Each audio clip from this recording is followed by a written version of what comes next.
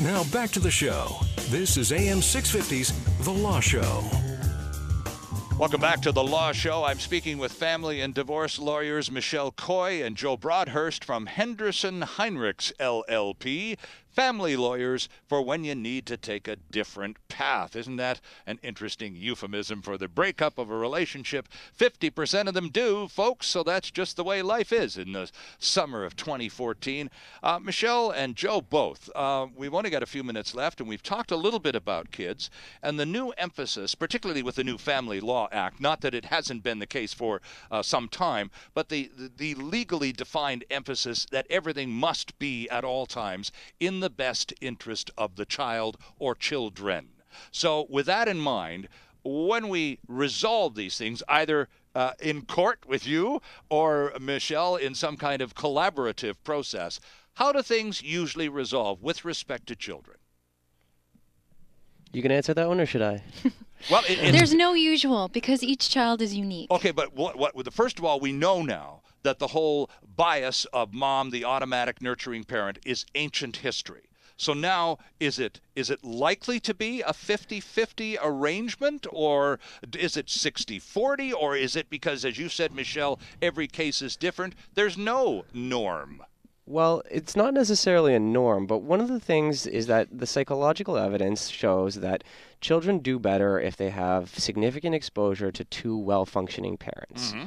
So because that evidence is well known to the court is generally saying if these are two well-functioning people, it is important for this child that this child has significant time with both of them. Okay. That's important for the development of the child. Right.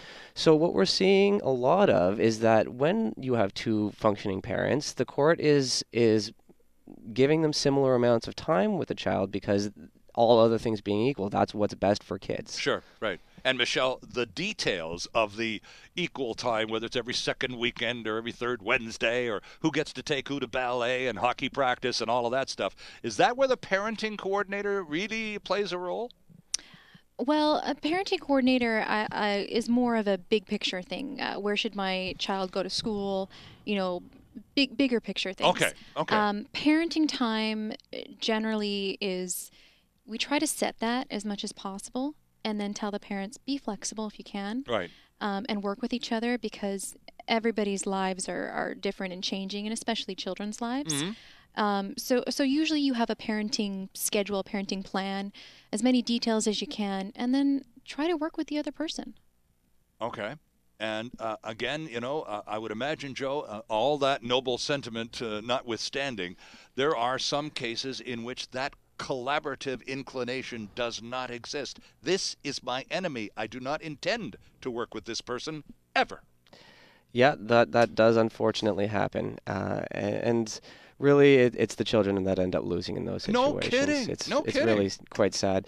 And unfortunately, there's only so much intervention that the courts can bring to a situation. We can create a parenting regime that is very sort of watertight compartments for the parents. But even then, it's not going to do as good a job as it would if they could just get along. So we really try to encourage everybody to check their ego at the door a little bit and try to focus on their children. Michelle, when people go into a collaborative process, whether it's an arbitration or a mediation thing, and they're sitting, I'm gonna put them all in the same room, no matter what the temperature of the room. We're gonna at least have them all in the same room. Typically, do they bring a lawyer with? Does each party bring a lawyer with them also to participate in front of a mediator or arbitrating professional? It completely depends on the parties. Some people feel more comfortable having an advocate with them. Right. There's a lot of mediators that will just have the parties come in. Obviously, that's less expensive if you're able to talk in the same room. Mm-hmm. Cost effective. It just depends on what your level of comfort is. I would imagine there's a fair bit of skill required on the part of the lawyers in the family law process, Joe, and we've talked about letting the air out of a lot of the emotions, diffusing a lot of all of this. But as the process goes along, as time unfolds, is there a greater chance that some kind of clarity will come to the process, and people will actually get over that hostility and begin to recognize the needs of the children? Absolutely. And we really like to think of ourselves as a bit of a support network for our clients. We are there to help them understand the process that they're going through, help them understand how the choices that they make are going to affect their lives moving forward and their children's lives moving forward. Okay. We want to put them in a position where they will be able to make the smartest possible decision for themselves. Right. So what we're doing at every stage is we are supporting them, and we are telling them this is what you can expect. This is, the dangers of certain paths, and we want them to be in a situation where they feel empowered to make the right decision for themselves and their children. Michelle, what happens when, and we don't have a lot of time here, but what happens when there's some kind of financial arrangement has been worked out for spousal or child support? Let's just go with child support. And whoever's responsible for the child support doesn't pay up, the classic deadbeat dad or mom.